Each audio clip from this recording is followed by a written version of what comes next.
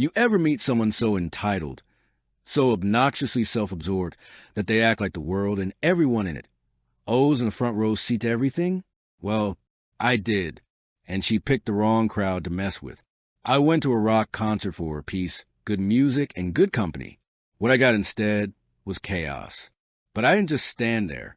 I made sure her night ended in soggy, bitter regret. If you've ever had your peace disturbed by someone who thinks rules and manners don't apply to them, hit that like button and subscribe. Because today's revenge isn't loud, it's not flashy, but it is perfectly, poetically satisfying.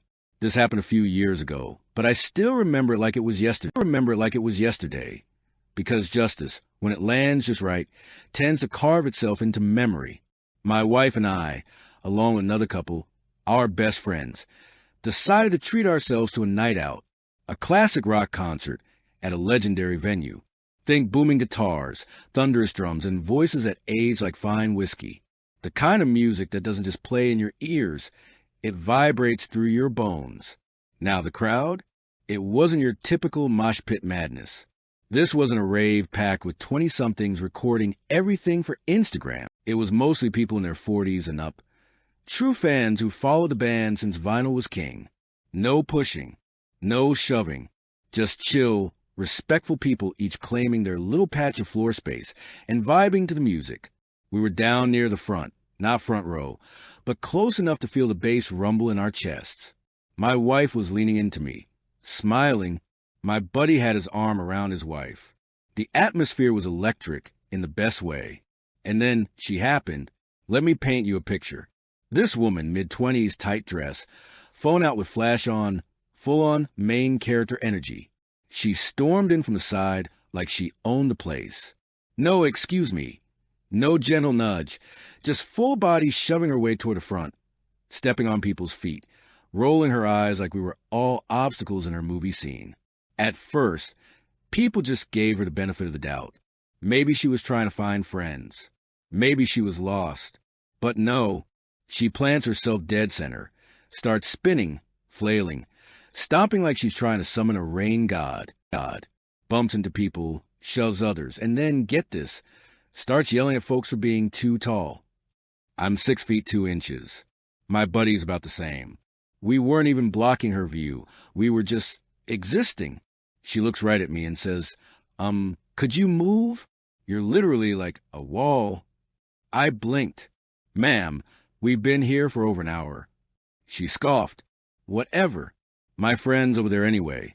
She says, pointing at my wife. My wife laughed. I have no idea who this girl is. That's when we knew. She was just trying to bulldoze her way in and make space where there was none. And now she was eyeing our spot. My buddy and I did what any decent men would do. We made ourselves into a human wall. We closed the gap between us, positioning our bodies so she couldn't squeeze in and ruin our wives' night. But that didn't stop her. She kept dancing wildly, more like thrashing, honestly. Her arms flailed so wildly, she smacked me in the face. Not a gentle tap. Her rings caught my cheek. Then she stomped twice right on my foot. Hard. I turned and said, could you please calm down a little? Her response? It's a concert, Grandpa. Loosen up. Now, I'm not a violent man. I'm not a confrontational man. But in that moment, I felt the blood heat up in my ears. I clenched my jaw and turned back around. A few minutes later, she hit me again, this time with her elbow, flinging it while arguing with someone behind her. I'd had enough, but I didn't yell. I didn't push. I didn't stoop to her level. Instead, I noticed her purse. It was a designer-looking tote bag, left carelessly open, slung on her shoulder, swinging behind her back every time she twisted around in righteous indignation. And in my hand was a full, cold, freshly purchased beer. The big kind. The kind that costs a small fortune at a concert. You ever have that moment where the universe just hands you an opportunity? Where the stars align and justice whispers in your ear, now? Well, this was mine. She turned again, still arguing with someone, still oblivious. I leaned in just enough and, with the smoothest motion I've ever performed in my life, I tilted that beer right into her purse. It was Beautiful. I wiped my hand on my jeans and took a long sip from my other beer, the full one I'd been holding for myself. The women behind us saw everything. One of them gave me the biggest thumbs up I've ever received. Another burst into giggles. Even my wife whispered, "Did you just—" I nodded. She grinned. Now, I wish I could say she instantly noticed.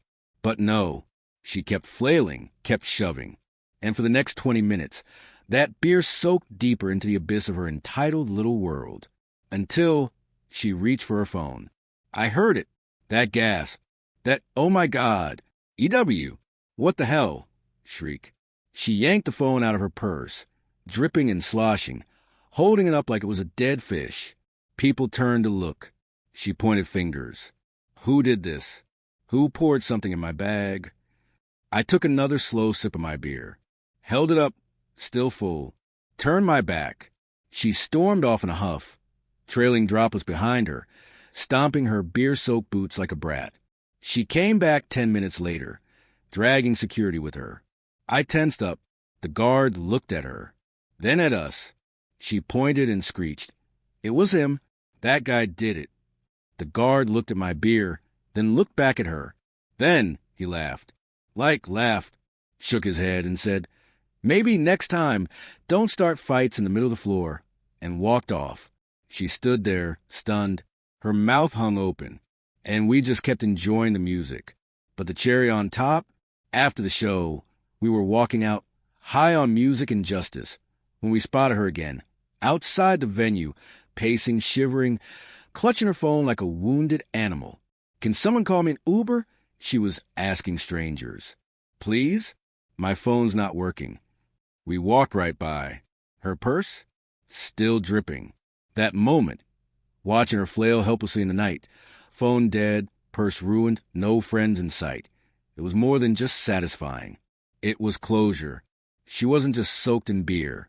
She was soaked in consequence. For once, her entitled attitude didn't get her the front row. It got her humbled by gravity. And lager.